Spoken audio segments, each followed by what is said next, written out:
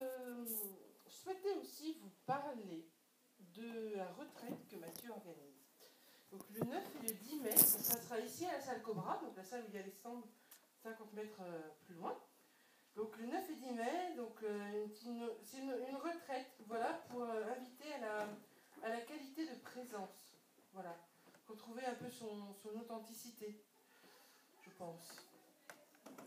Donc c'est espace, donc sur un week-end, il y aura des temps de questions-réponses, des temps d'intégration, des temps de méditation guidée.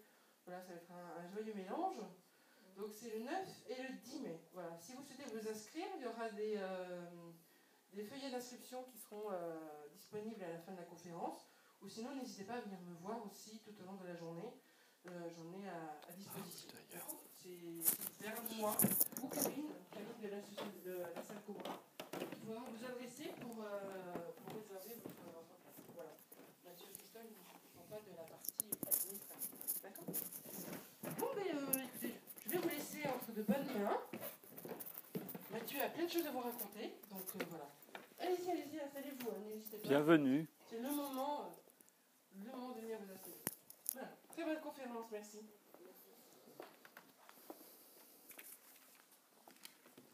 Merci beaucoup. Je veux bien que 5 minutes avant ou quoi, il y ait un petit coucou. Oui, voilà, parce que sinon je suis embarqué. C'est particulier parce qu'il y a les lumières dans les yeux. Mais, bonjour, donc je m'appelle. Merci, c'est gentil. Donc je m'appelle Mathieu, je viens de Perpignan et je vais commencer par un petit temps on va commencer ensemble par un petit temps de silence partagé et ensuite je vais démarrer. Donc je vous propose d'être bien, tout simplement bien, pas besoin de posture particulière, mais voilà.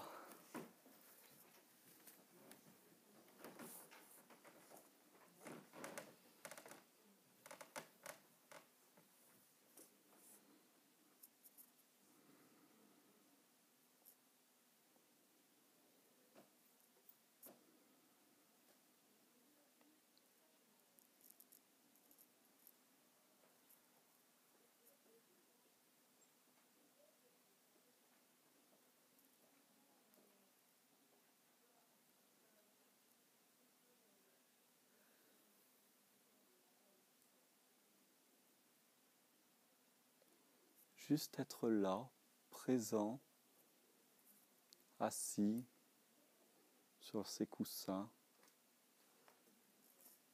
Juste mettre son attention plus sur cette présence là, assis sur son coussin. Un moment qu'on s'offre nous-mêmes.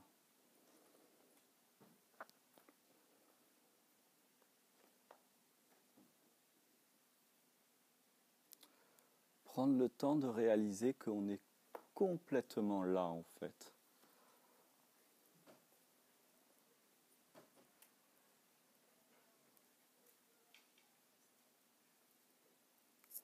Prendre le temps de sentir à quel point il n'y a que cet instant.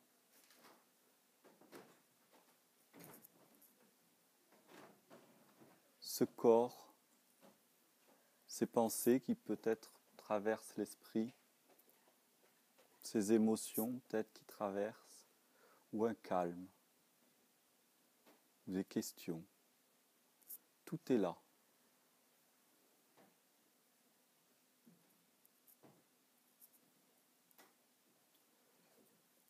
Simplement sentir à quel point finalement il y a toujours une tranquillité à l'intérieur de nous, même quand il semblerait qu'on n'est pas tranquille. Si on y fait attention, il y a toujours quelque chose qui est tranquille à l'intérieur de nous, quelque chose qui est posé.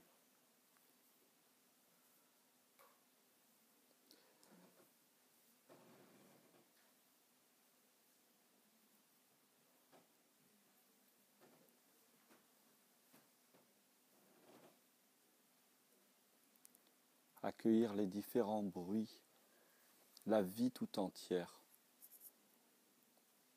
qui sont les craquements de l'estrade, qui sont ces mots, qui sont les bavardages intérieurs,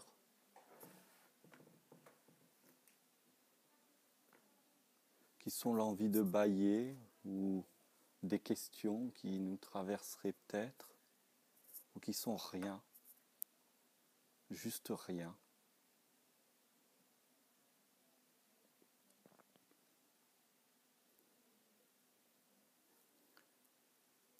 Et sentir que quand on est dans ce calme,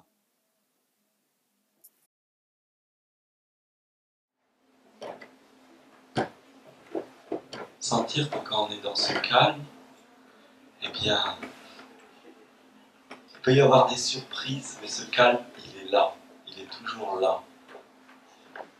À nous de savoir quel choix on va faire. À nous de savoir quel choix on va faire. Est-ce que je fais le choix de me dire « Oh, il y a telle chose qui me perturbe et ça me fait sortir de mon calme » ou « Eh bien, ces choses arrivent, elles existent, et je choisis d'avoir mon attention avec ce calme. » Cette tranquillité intérieure. Ce positionnement où quand on est calme, tout d'un coup tout semble plus loin. Tout d'un coup nos préoccupations, parfois même pendant quelques secondes, eh bien, elles semblent avoir disparu. Juste de la tranquillité, juste du calme. Il n'y a pas de technique pour ça, il n'y a pas de méthode. On est au travail, tout d'un coup on sent qu'on est surmené intérieurement parce que X choses, on est par exemple dans un travail de bureau et puis on nous a demandé ci et puis on nous a demandé ça, on vient nous remettre autre chose en plein milieu. Je vais prendre le temps d'un petit tac de seconde. Et c'est reparti. Je me suis autorisé une seconde de calme. Mais cette seconde de calme, cette seconde où je vais oser être là, les pieds au sol, conscient que j'ai des vêtements autour de moi, de les sentir, conscient de tout ce qui se passe, calme. On peut s'apercevoir, c'est l'invitation que je propose là, que tout semble prendre de la distance, mais ce qui semble prendre de la distance, en fait, prend réellement de la distance. Et en rentrant dans ce calme, tout à l'heure, je sais, sur la fin de la conférence de Xavier, pour moi, je parle, tiens, je vais profiter, je vais prendre le... Tout est occasion pour moi, donc, hop, c'est pas grave si on ne le voit pas bien. Il parlait du conscient, de la personnalité qui est un masque, et de tout l'inconscient jusqu'à la reliance. Pour moi, quand on est dans le calme, on s'ouvre à ça.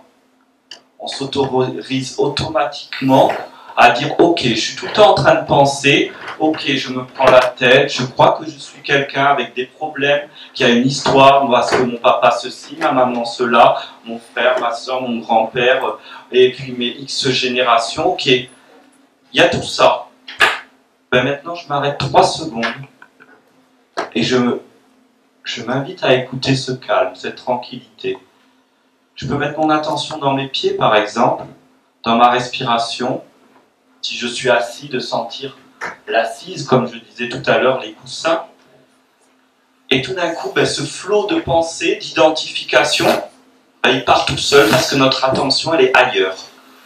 Elle est plus sur « je m'appelle Mathieu, j'ai telle histoire, j'ai tel problème, j'ai tel truc et tel bidule, je suis ici, maintenant. » Et toute cette histoire, même le fait d'être Mathieu, n'a plus aucune importance. On le voit quand parfois on tombe amoureux, par exemple. Les débuts de relations où on tombe amoureux, les moments où on vit un bien-être fou, si on a un souvenir, à ce moment-là, c'est la tête nous tourne et on s'oublie, on pense à rien. On a l'impression que tout est complet. On a presque l'impression que même tout l'univers aime à ce moment-là. Que tous les êtres, on est presque étonné de voir d'autres êtres qui n'aimeraient pas autant qu'on est en train d'aimer, tellement que c'est intense. Parce que quand on revient à soi, quand on revient dans cette intensité de présence, immédiatement, c'est tout l'univers qui est impliqué. C'est toute la vie qui est impliquée. Toutes nos cellules, 60 000 milliards de cellules, 100 000 milliards de cellules qui constituent ce corps, 100 000 milliards d'êtres vivants qui collaborent tous les jours et dont on ne sait absolument rien d'eux. Absolument aucun contrôle dessus. On n'est pas en train de se dire « Cœur, bas, contracte-toi, décontracte-toi, contracte-toi, décontracte-toi. » Oups, j'ai oublié de te le dire, il ne faudrait pas qu'il s'arrête. On ne contrôle rien. On n'est pas en train de se dire « Ah, il faut que j'inspire, ah, il faut que j'expire, ah, il faut que j'inspire. » Ça serait horrible s'il fallait gérer tout ce qu'il y a à gérer dans ce corps. Toutes les cellules, les neurones, le foie, les reins, tout. Si on devait avoir un contrôle là-dessus, mais ça serait un enfer. Mais même quand on croit qu'on pense quelque chose, ça c'est moi qui pense, ça c'est mon idée, c'est ma pensée. Et puis on s'aperçoit, oh ben tu penses comme moi. C'est plus vraiment moi finalement. Qui pense, à quel moment ça pense? Est-ce que je construis une pensée? Est-ce qu'elle est arrivée, elle repart? Et je retourne à ce calme. Et je ne cherche plus à me poser toutes ces questions. Parce qu'au fond, de quoi on a soif? De bonheur, de tranquillité, de liberté. Et par tout un processus d'éducation, on s'est mis à croire que le bonheur, la liberté, la tranquillité était le résultat d'une action, d'un phénomène extérieur. Alors que le bonheur, c'est juste être là. Être là. Même si j'ai très mal, même si j'ai mon foie, un cancer du foie qui me fait mal, au lieu de qu'est-ce qui me fait souffrir, c'est pas le cancer du foie qui me fait souffrir, c'est l'idée du cancer du foie, c'est la combativité que je vais avoir avec ce cancer, c'est la résistance que je vais avoir avec ce cancer, c'est le manque de confiance totale que la vie est déjà en œuvre, que des solutions sont déjà là, disponibles, mais on est enfermé dans comment je vais faire, oh là là, pourquoi ça m'arrive, qu'est-ce que c'est la catastrophe, et on remplit tout ça. Et on laisse aucune disponibilité à la solution. Et la solution, elle attend, tranquillement. La solution, je ne sais pas quelle forme elle a, elle prend l'instant. La personnalité, elle va, si je devais reprendre ce schéma, puisqu'il y est, je l'utilise, mais c'est tout ça, toute cette reliance qui va prendre ce tout petit truc en main, cette immensité qui va prendre ce tout petit truc que j'appelle moi-je. Moi, Mathieu, je vais faire, il faudrait que je... Et tout d'un coup, je me calme. Et ce calme-là, il va s'occuper des choses. Il va nous ramener à nous-mêmes.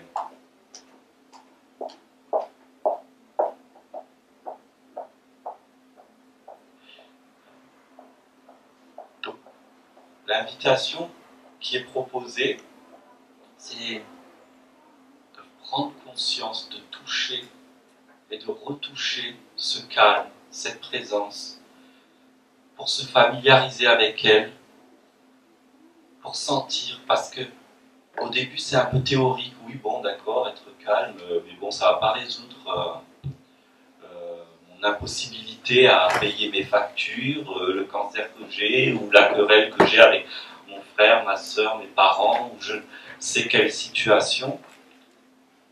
Et curieusement, eh bien, on peut voir que si on se pose dans ce calme, il y a quelque chose qui se met en œuvre et qui va au-delà de nous, qui se met en œuvre comme quelqu'un qui va entrer dans notre vie pour nous dire « Hey, tu as vu ça ? Tiens, il y a cette possibilité. » Ou nous-mêmes, ça va émerger parce qu'on va commencer par ce calme, sentir de plus en plus de vitalité, et se dire, et commencer à faire d'autres choix. Quand on a soif, au lieu de se dire oh là là, non, il faudrait pas que je bois trop parce que c'est pas bien pour les reins, ou il faudrait que je bois plus, c'est vrai, et puis pendant qu'on se raconte ça, on ne boit pas. Et quand on est dans ce calme, si on a soif, et bien on va boire. Point. Et l'histoire est close. Si on a faim, on va manger. Ça paraît très anodin, ça paraît presque, oui, qu'est-ce qu'il nous raconte? Qu'est-ce qu'on est en train d'entendre? C'est de s'écouter à chaque instant, à partir de cette tranquillité. C'est de cesser d'écouter son histoire, ses blessures, et avoir confiance que si je commence à faire attention à ma vitalité, au calme qui est à l'intérieur de moi, chaque jour je vais la sentir de plus en plus. Chaque jour, ma souffrance, ma personnalité, mon histoire va commencer de plus en plus à devenir anecdotique face à ma vitalité, face à l'énergie que produit mes 60 000 milliards de cellules. Il y a une recherche scientifique qui disait que la production, pour produire les cellules d'un fœtus, ils ont fait, je ne sais pas comment, mais ils ont fait des tests, et ça serait l'équivalent de 10 centrales nucléaires. Et vous imaginez, on a 60 000 milliards de cellules. Nous avons 60 000 milliards fois 10 centrales nucléaires à l'intérieur de nous. L'énergie, on en a, mais on n'a même pas besoin de l'énergie de l'univers et du cosmos à ce point. Je dirais, mais on est cette énergie de l'univers, du cosmos. Mais nous, on préfère faire attention à notre histoire. Et c'est normal. On n'a pas tout à fait le mode d'emploi. L'histoire, elle est basée sur l'idée qu'on est quelqu'un de séparé. Quelqu'un qui a un problème, qui est séparé des autres et qui doit gagner sa vie, qui doit comprendre, qui doit se battre pour y arriver, alors que il n'y a rien qui est déconnecté. On est tout le temps en train d'inspirer de l'oxygène, d'expirer de l'air. On est tout le temps en relation déjà avec l'air, avec les fréquences, sans parler des énergies. Et si on rentre dans le domaine énergétique, mais alors c'est sans fin. On ne sait pas la limite. On ne sait pas quand ça commence, quand ça finit. On est tout le temps des êtres traversés, avec la croyance qu'on est isolé là-dedans. Mais c'est qu'une idée. Et pour pouvoir sortir de cette idée, c'est de revenir à ce calme. Dire, ok, je pense ça, oui j'ai peur, oui je me prends la tête, et là je vais m'autoriser d'être dans le calme. Pas d'être dans le calme pour, juste d'être dans le calme. De revenir à moi. Qui suis-je? Pas qui suis-je, j'ai été ceci, j'ai été cela. Qui suis-je là, maintenant, à cet instant? Dans quel état je suis? Qui suis-je, ici, maintenant? Et qui j'ai envie d'être, ici, maintenant? Pas qu'est-ce qu'il faudrait que je sois. Par exemple, il faudrait que je pratique telle chose pour aller mieux. C'est donner du pouvoir à cette pratique. Ça peut être bien, mais en vérité, ce n'est qu'une mise en mouvement, c'est juste on ose. On ose s'écouter. On ose revenir à l'essentiel. Et l'essentiel est toujours là. Et si on n'arrive pas à le voir sur soi, je vous invite à regarder, si vous êtes donc à Montpellier dans l'église, de regarder les plantes qui sont dans les pots de vos maisons, de regarder vos animaux, et puis mieux c'est dans la nature, là en plus le printemps, de voir comment les choses, c'est quand même incroyable. Personne n'a orchestré ça, il n'y a pas un plan de comment, avec des règles, des lois qui ont été dictées, et chaque année, les fleurs reviennent, et puis elles finissent par continuer, sans aucune maîtrise là-dessus, sans aucune planification.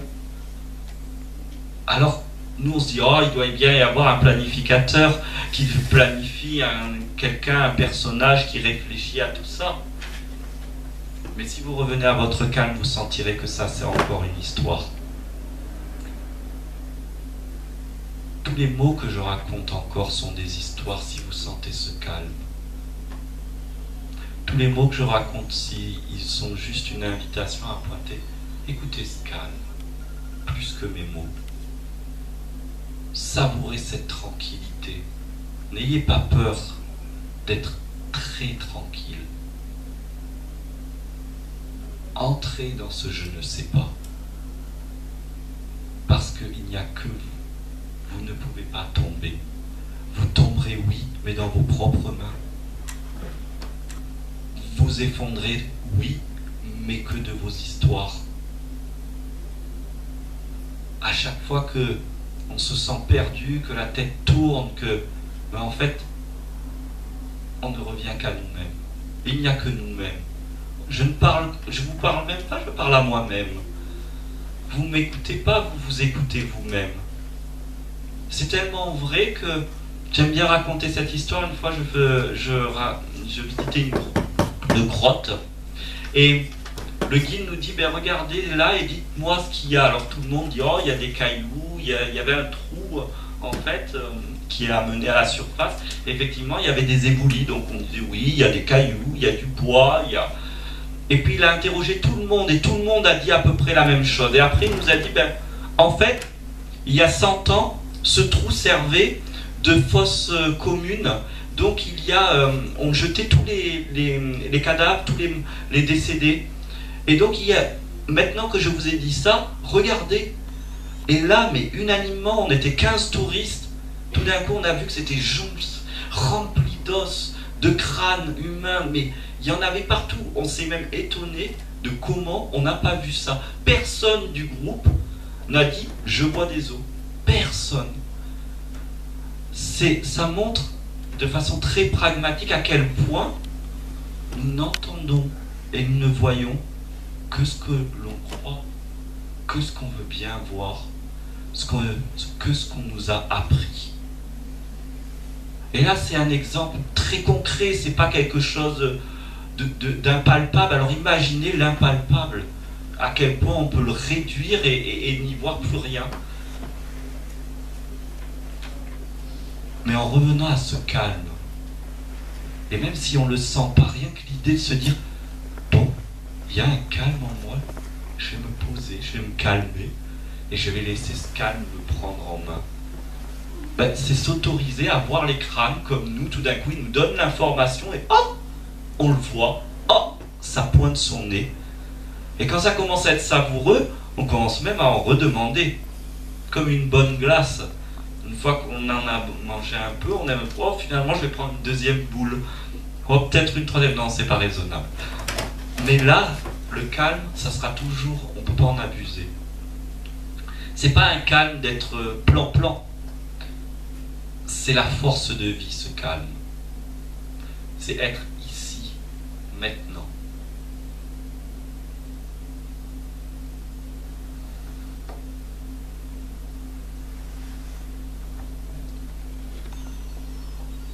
S'il y a une envie de dire quoi que ce soit,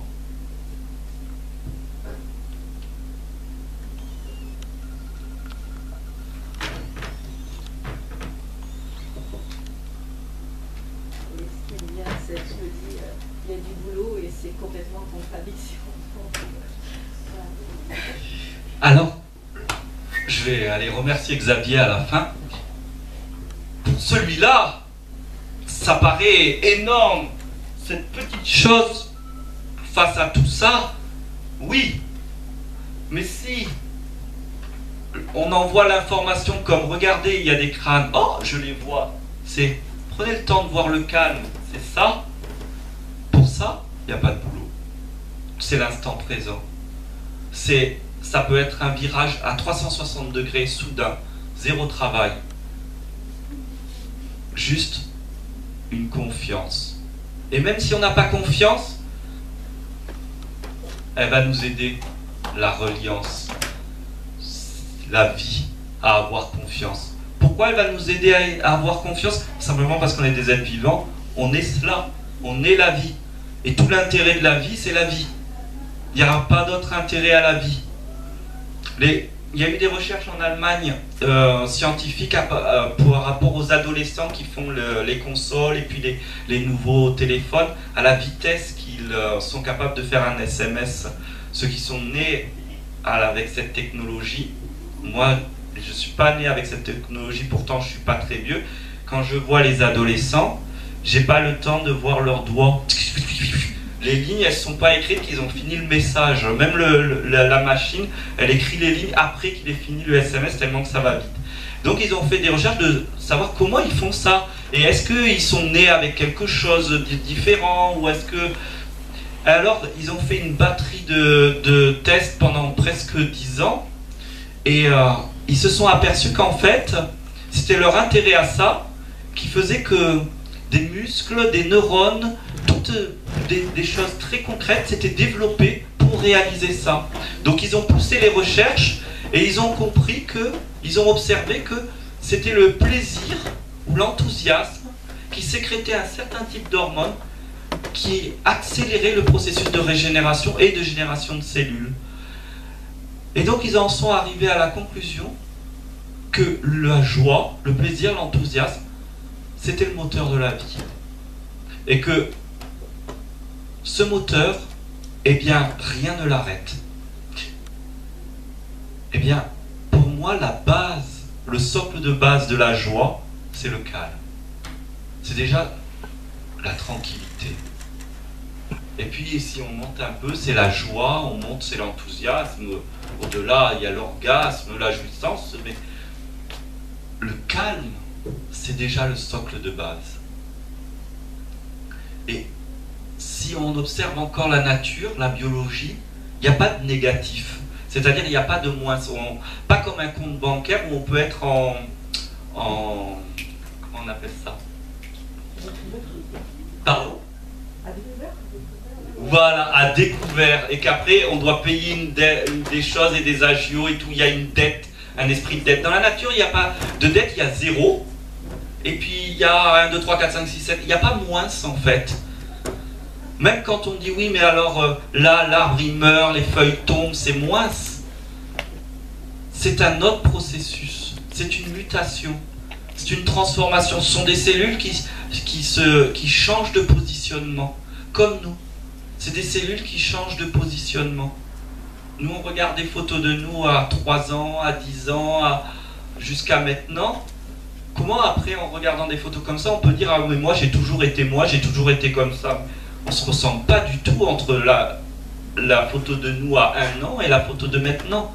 Ce qui nous fait croire ah moi je suis comme ça et j'ai toujours été comme ça, ce n'est qu'une illusion. C'est qu'une croyance, on s'accroche à l'idée, ça nous fait du bien de dire parce que dans l'éducation, on nous a appris qu'il fallait être quelqu'un. Dans la vie, il faut être quelqu'un pour réussir. Alors on s'est forgé un quelqu'un, puis on s'accroche à ce quelqu'un, et ce quelqu'un va réussir. Mais ce quelqu'un n'existe pas.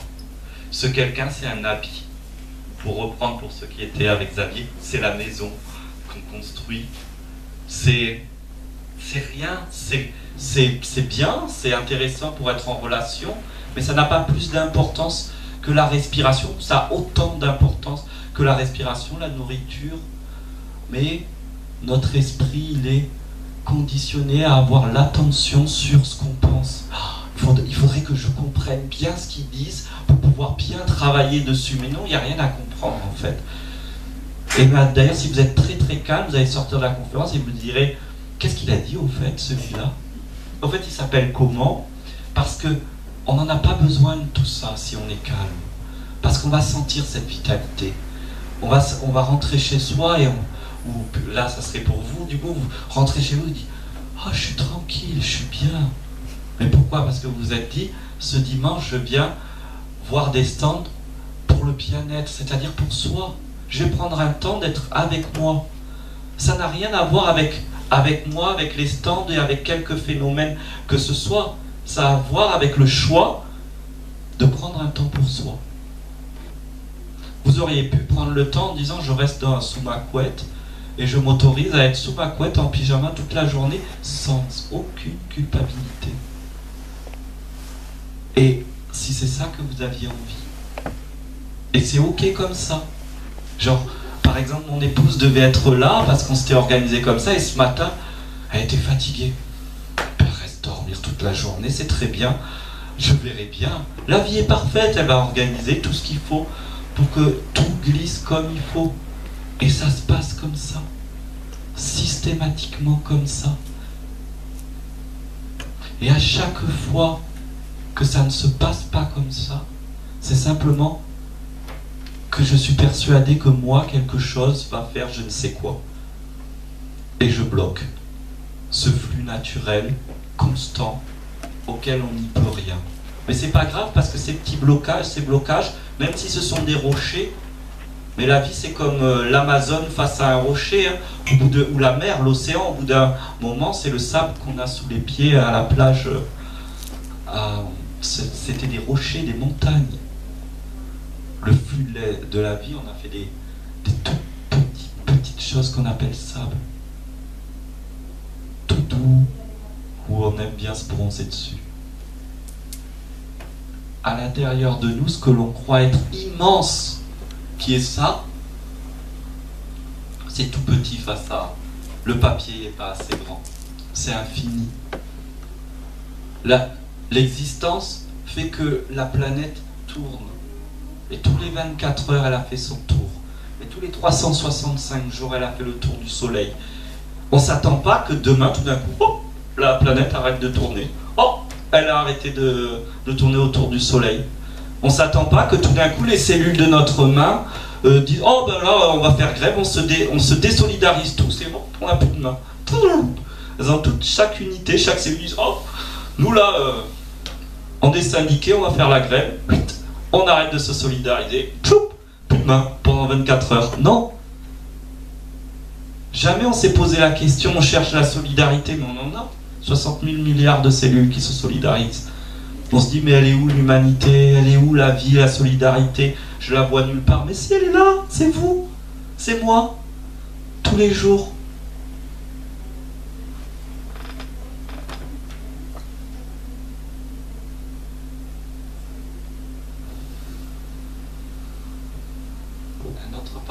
Un autre partage, une question. Lancez-vous, n'hésitez pas si vous en avez envie. Le calme, moi je ne peux l'avoir que par le silence. Si j'ai du bruit autour de moi, je ne peux pas me calmer. Alors le calme que par le silence, oui. C'est une première étape. Et c'est intéressant. C'est comme par exemple pratiquer la méditation. On se dit, tiens, je vais me mettre en tailleur, je vais mettre de l'encens. Et effectivement, ça aide. Ce qu'il y a, c'est qu'à un moment donné, on commence à vraiment le rencontrer, ce calme. Mais on le conditionne en disant, comme je l'ai réussi dans ce cadre-là, il ne sera opérationnel que dans ce cadre-là. Il est vrai que quand, par exemple, là, c'est le printemps, j'ai pris des petites graines de tomates et je les ai mis, j'ai fait des boutures dans des tout petits pots. Et c'est très important, c'était des petites graines. Donc il faut du silence, il faut un cadre, oui. Mais si à un moment donné, je l'enlève pas du pot pour passer en terre, le plant de tomate, il va grossir et il a besoin de plus d'espace. Ce calme à l'intérieur de nous, c'est ça. C'est s'autoriser que oui, là aujourd'hui, ok, j'ai besoin de conditions pour mon calme. Mais je ouvre cette fenêtre de me dire c'est juste là aujourd'hui. Peut-être que demain, ça sera faux. Et pour comment le savoir, eh bien, il faut oser. Par exemple, moi, avant, je mets la méditation dans le calme, le silence et en tailleur. C'était il y a quelques années en arrière. Puis à un moment donné, j'ai senti que c'était enfermant parce que c'était frustrant. J'étais très bien en méditation. Hop, je sortais de méditation, un coup de fil contrariant et tous les bénéfices de la méditation avaient disparu alors que j'avais mis tant de temps pour y arriver. C'était quand même frustrant. Alors, premier réflexe, c'est la faute du coup de téléphone, c'est la faute du bruit, c'est la faute de ceci. Mais au bout d'un moment, je me suis dit, je ne peux pas rester là-dessus parce que je suis trop tributaire de l'extérieur. Donc je vais oser. À l'époque, j'étais obligé de prendre le bus. Ben, je suis assis, j'ai rien à faire. Bon, il y a du bruit, c'est inconfortable. Des fois, le coude du voisin m'embête, mais justement, tiens, je vais le tester pour voir. Alors, c'est sûr, c'était loin d'être aussi agréable et facile que chez moi, avec le silence, mon coussin, mes habitudes que j'appréciais. Mais ça a commencé à me permettre de me lancer dans un espace plus grand. une plus grande autorisation. Aujourd'hui, pour moi, méditer, c'est même pas s'asseoir. Pour moi, je suis en train de méditer là. Parce que je suis calme. Et comme je suis calme, mes pensées, elles sont très autorisées. Je pense, je parle, je pense, j'ai des émotions. Mais comme elles sont très autorisées, elles ne m'envahissent pas. Parce que l'espace de ce calme est tellement infini. Mais j'ai commencé par déjà m'autoriser à être silencieux, c'est très bien. Et après coup, quand j'ai senti que c'était contraignant, de me oser d'autres tentatives. De me dire, tiens, je vais être en méditation, assis sur une chaise au lieu d'être en tailleur, ou affaler dans mon canapé. Au début, ça paraît impossible parce qu'on s'endort, ça, je peux aller dans le canapé. Ou les yeux ouverts. Oh non, les yeux ouverts, c'est terrible, les yeux ouverts, j'ai l'habitude, les yeux fermés. Mais à un moment donné, en fait, si on a confiance en ce calme, qui est beaucoup plus nous-mêmes, parce que quand je dis je suis tout ça. Je suis Mathieu, oui, mais je suis tout ça, et c'est pareil. Rappelez-vous d'une situation, par exemple, vous avez été blessé, triste, à ce moment-là, si vous prenez le temps de le sentir, vous avez l'impression que tout l'univers est triste. Quand vous dites je suis triste, il semble que l'univers entier est triste. Et oui, mon univers entier est triste.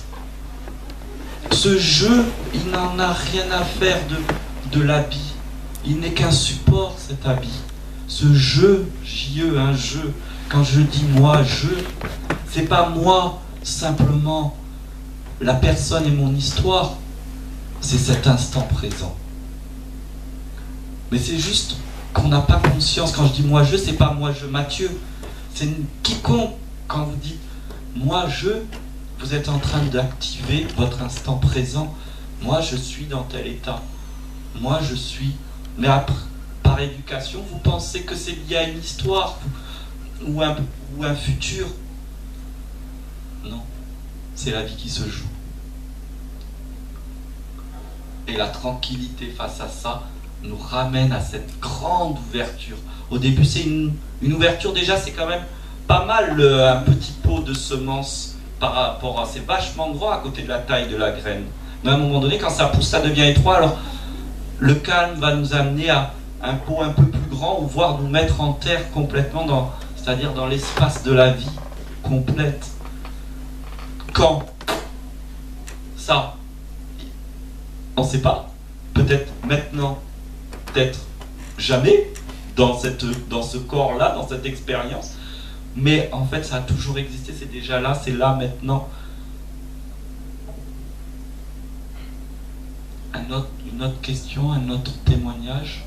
Je pense qu'on peut pratiquer la méditation pendant quelques minutes tous les jours et aussi être présent aux sensations, par exemple quand on se lave les mains, le bruit du robinet, le contact de l'eau, du savon, des choses qui se font machinalement. Pour moi, c'est de la méditation. C'est aussi moi se laver en les dents, toutes les sensations, en mangeant. Avec le manger de mandarine, la peau, le bruit, le contact du jus quand on mange, c'est énorme tout ce qu'on peut pratiquer comme présent. Et quand on vit ces choses-là, par exemple d'éplucher une mandarine toute fraîche qui sent bon, et qu'on jouit déjà du plaisir qu'on va manger cette mandarine, eh bien, jusqu'au moment où on se remet à en parler, pendant cet instant-là, eh bien, il n'y avait pas d'histoire. Il y avait la mandarine, le plaisir de la manger, l'odeur, point. Et tous ces outils, ces pratiques, c'est une invitation à revenir à ça. Mais on est déjà ça. C'est juste de rouvrir les yeux. C'est juste de cesser de regarder les choses comme ça en disant je ne comprends pas. Mais c'est d'oser ces espaces. Merci.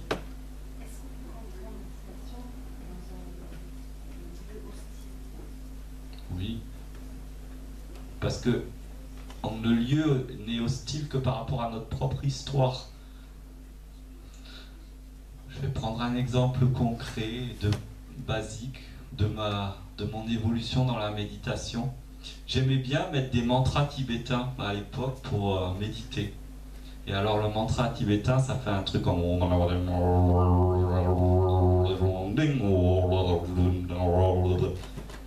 Et puis un jour, j'étais très agacé parce qu'il y avait un marteau-piqueur. Il y avait des travaux juste à côté. Et j'avais décidé de méditer, je ne pouvais pas méditer. Et ça me mettait hors de moi, j'étais furieux. Alors je m'étais dit, je vais méditer pour ne plus être furieux. Et j'étais encore plus furieux. Et puis tout d'un coup, je me suis rendu compte que le marteau-piqueur faisait...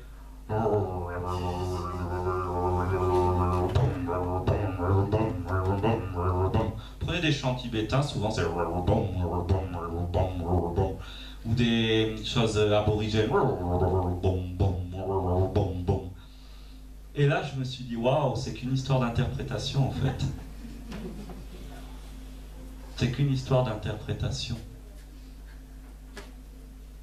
Mais c'est sûr que, alors on va se dire oui, mais le moine tibétain, il a médité, prié, il envoie des bonnes vibrations, alors que le marteau-piqueur, c'est qu'une machine. Ouais. À nous d'accueillir la vie telle qu'elle est. Donc oui, c'est possible.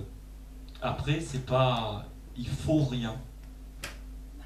Il ne faut rien, c'est-à-dire que tant que c'est quelque chose qui nous agace et qu'on préfère être tranquille dans son coin, c'est ok avec ça. Et puis, si à un moment donné on se dit mais j'ai envie de méditer, mais que on est en vacances, que c'est pas son coin, que la chambre d'hôtel qu'on a louée est pas aussi calme que prévu parce que la fenêtre donne sur une chambre sur une cour de récréation pour enfants. Et que c'était le moment où on voulait méditer, ben ça va être l'occasion que la vie nous offre pour s'inviter à autre chose. Parce que la vie, c'est nous-mêmes. Et elle poussera toujours à nous faire grandir, nous expanser. Et pas grandir dans le sens qu'on a besoin de grandir, mais de dire, mais je suis toi et je suis 1000 fois plus grand que toi, que ce que tu crois de toi-même. Je suis la vie et je crois être quelque chose de tout petit.